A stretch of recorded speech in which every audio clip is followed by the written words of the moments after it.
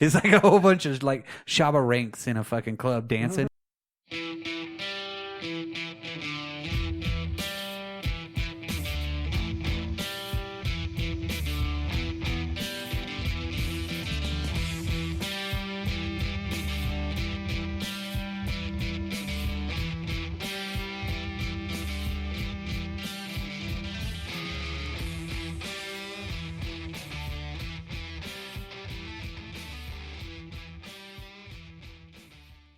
All right, everybody. Welcome to the Drop Culture Podcast, Droppin' Deuces series.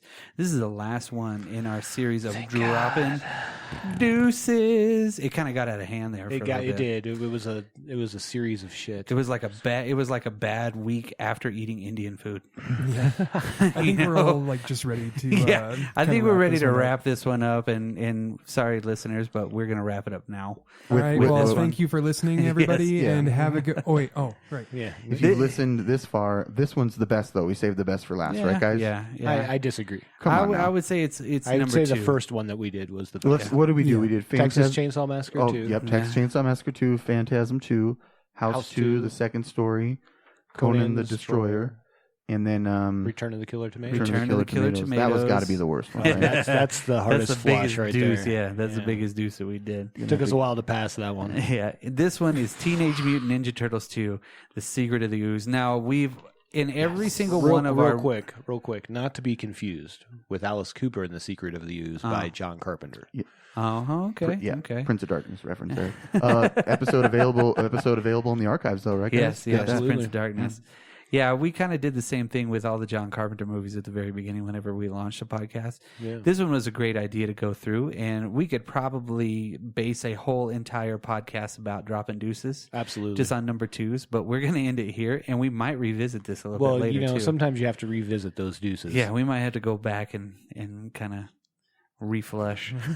Maybe we'll fully actually do a full one where we rate from top to bottom all the deuces that we've already had. Oh, Maybe, hey, yeah. On there the we go. Keurig scale. Don't To all forget. the deuces I've loved before. Yes. Well, if you're out there listening, let us know if you want to drop a comment or a deuce. an opinion or whatever. And if Just a poop recommendation. emoji. It's okay. yeah. Yeah. And if this is your first episode of listening to the Drop Culture Podcast, we have a ton of episodes in the archives. We have all of our other deuces, and let's just kind of go through our introductions here. I'm Brock. I'm Dan. I'm Mitchell. And I'm Tyson over here. I'm gonna say though, this one is my top favorite, and then behind that is Texas Chainsaw Massacre 2. I'm I on like the opposite Phantasm. spectrum of that. Well, I like Texas Chainsaw, but I like all the deuces. I really do so far. There's just one. Yeah, there's just one that was just like, Ooh, I could do without, Conan the Destroyer was always one of my favorite movies. Too. Yeah, I'm okay with that one. I could do without Return of the Killer Tomatoes. Maybe even House 2. Yeah, House 2, one of my Actually, favorite movies. No, you know what? I'm okay with House 2 and Phantasm 2. Phantasm 2, one of my favorite movies. Those are okay. Yeah. And Conan's just another Conan, so it's cool. I'm cool with that. It's Conan. But I grew up with this and I love it. And It's a great. yeah, it's a little Great bit switched fun. though. I mean, Texas Chainsaw, it's hard to talk about. Well, we've mentioned somehow in almost every one of our regular podcasts something with Teenage Mutant Ninja Turtles Part 2. Yeah, and that's kind of where the specifically. antithesis of The this sticky goo that holds us together. Kind of It's does, ooze. yeah. It's And ooze. It's not slime. We might go back on our 100th episode and kind of revisit the Ninja Turtles deal, but hey, we're close. We're close. You might hear another one. Should we throw out some connections now, or just Well, let's kind of get into the movie. Let's kind of get into the cast and the crew and everything like that for it. So this movie came out what year? Tyson? 1991. March 22nd, 1991. Mm-hmm. So this movie, I remember waiting in line for at least 2 hours at Westgate Mall in Amarillo, Texas, for the little kiosk in the middle of the mall to open up so I could get tickets to this movie, just like I did for the first Teenage Mutant Ninja Turtles movies. I literally very cool, pretty very hardcore. cool. Yeah, just like Batman and all those I movies did that for came Batman. out. Yeah, all those movies we had a kiosk that you buy and then you would walk into the theater. It was one of those central kiosks, surrounded in glass, and you had two ticket takers, one on each side. the box office. Yeah, you had your, and it was it's a little bit different than I guess it was a mall box office pretty much. Right. So I remember being super excited for this because come on, I was like 13 years old. And Right. This was like one of the fucking coolest franchises of our youth. It was just such a cool movie.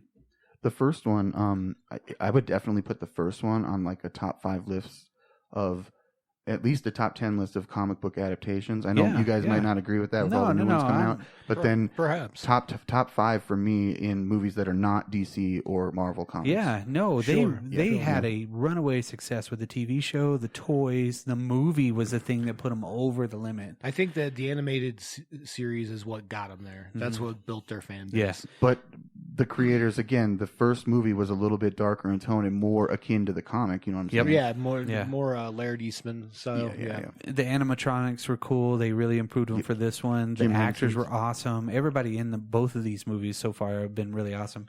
We're not going to mention part 3, Turtles in Time, just because that is like, whoops. And I just mentioned it, so I haven't watched it in a while, but we won't talk about that. Let's stay with this one here. Yeah. So this movie was directed by Michael Pressman. He really didn't do a lot, but he did some pretty big movies. Dr. Detroit, The Bad News Bears, and Breaking Training. Other than that, though, I really didn't find a lot of other movies that Michael Pressman did. He didn't really do anything. He did some like TV later in life here, but this movie was produced by Thomas K. Gray. He produced every Teenage Mutant Ninja Turtle property that ever came out. So he was a producer on the animated show, I'm pretty sure. All the new movies, probably, everything. So he made a lot of money. Yeah, he made a lot of money off the Teenage Mutant Ninja Turtles. Ken Dawson, he did 1, 2, and 3, and he did a little movie that I don't know if you guys are familiar with, Gallagher, We Need a Hero. Yeah, and that was the only other thing that this guy did. No. And then David Chan. Is that the Gallagher, the comedian? Yes. Yeah. Like smashing watermelons? Yeah, and yeah. shit? He was a watermelon smashing son of a bitch. Pineapples and sledgehammers. Pumpkins? Yes, everything. Him and Billy Corgan. Smashing pumpkins. It was written by Todd Langen. He wrote a lot on the Wonder Years. The music was by John Duprez. He did the music on A Fish Called Wanda. I disagree. Bitten. The music was by Vanilla Ice. Oh, yeah. He only did the title track. The so score, the Technotronics. The score is still cool in this movie, though. Yeah, it's a fun, bouncy kind of a deal. Mm-hmm. He did the score for UHF.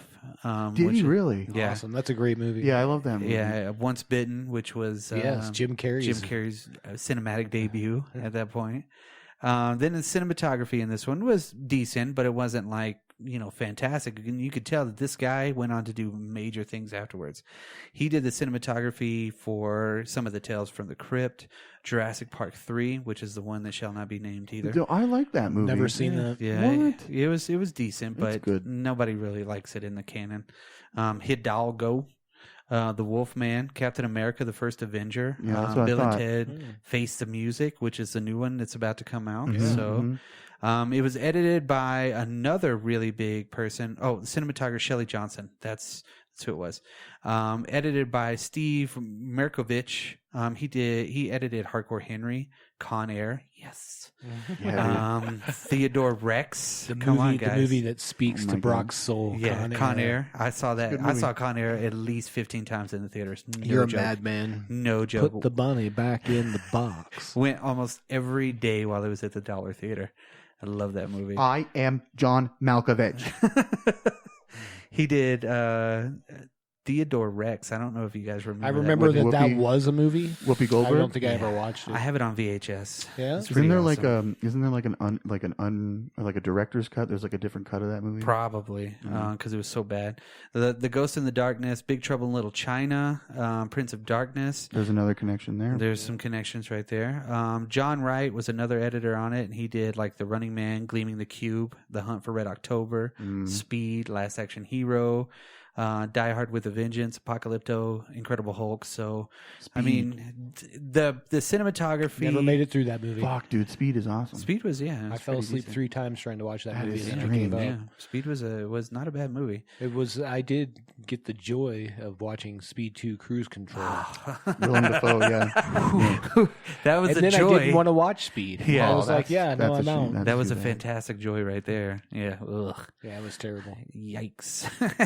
Well, this movie was produced by Golden Harvest as well, which Golden Harvest did all of the 1960s, 70s, 80s, anything that had to do with Kung Fu.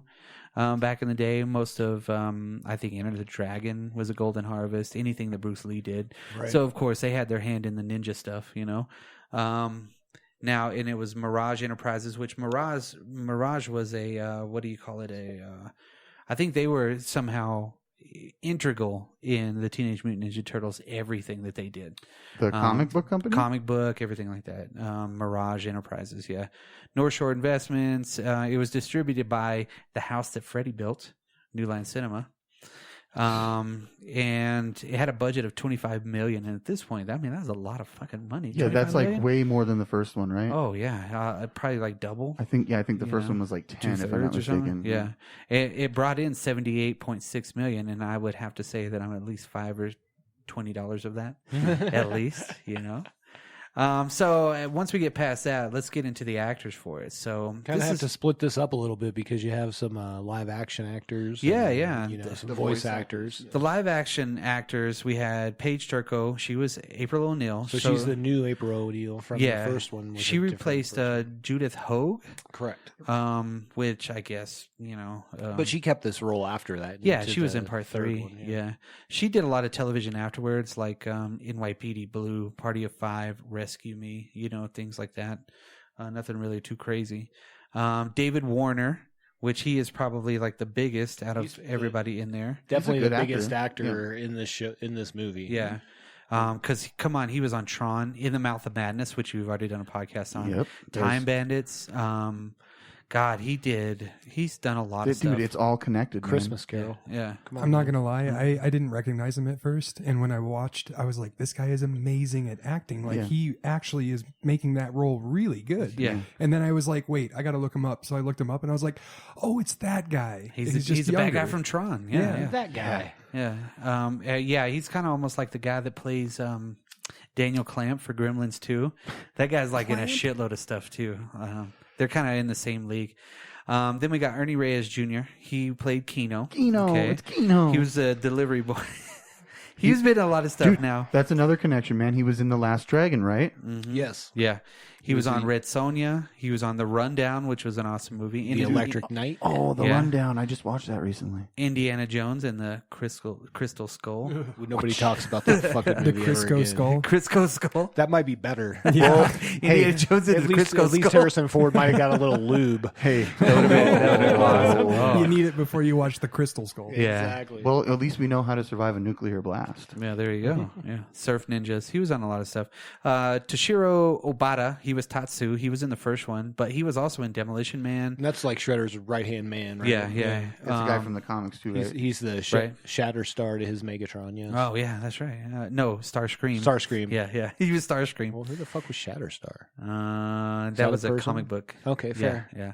Oh, that's from X-Force. Yeah. Sorry. Yeah. Starscream. My bad. This dude, Star's the guy with the He's the star tattoo on He's his from Mojo World, just like Longshot. Yeah. He was in Demolition Man, which I watched not too long ago. Showdown in Little Tokyo, which was one of the few Brandon Lee movies where he was kind of overshadowed by the... Which one was it? Showdown in Tokyo? Showdown in Little Tokyo. He was overshadowed by Dolph Lundgren's massive kicks. The only other movie I can remember besides obviously The Crow is, I think it was called Laser Force. Laser Force, Showdown in Little Tokyo. The other two I remember besides The Crow. It's pretty much about it. Yeah.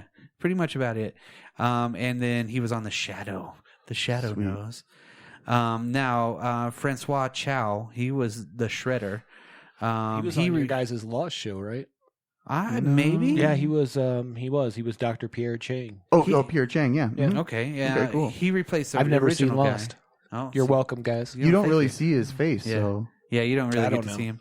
Sure. He actually, this was the coolest one that he did. He did the voice for Quick Kick in G.I. Joe. Well, there you go. Which was awesome. Now, this is a weird little fact, too. In the last 5 movies, at least one person that's been in one of these was on a Walker Texas Ranger. That's weird. It's crazy. Everybody was on Walker Texas Ranger. It's crazy. If we wanted 2 wimps, we would have named them Quinn and Medicine Woman. Dr. Quinn and Medicine Woman. Oh, Rapid Fire was the other Rapid Fire. Yeah, that was the other Brandon Lee Maybe movie that's too. the one I was thinking of. Yeah. Beverly Hills Ninja, Lethal Weapon 4. God, he was on so much stuff. And then, of course, one of the last live action besides Vanilla Ice was Are Kevin you talking Nash. about the Super Shredder? Yeah, Kevin Nash. He was Big Daddy Diesel, baby.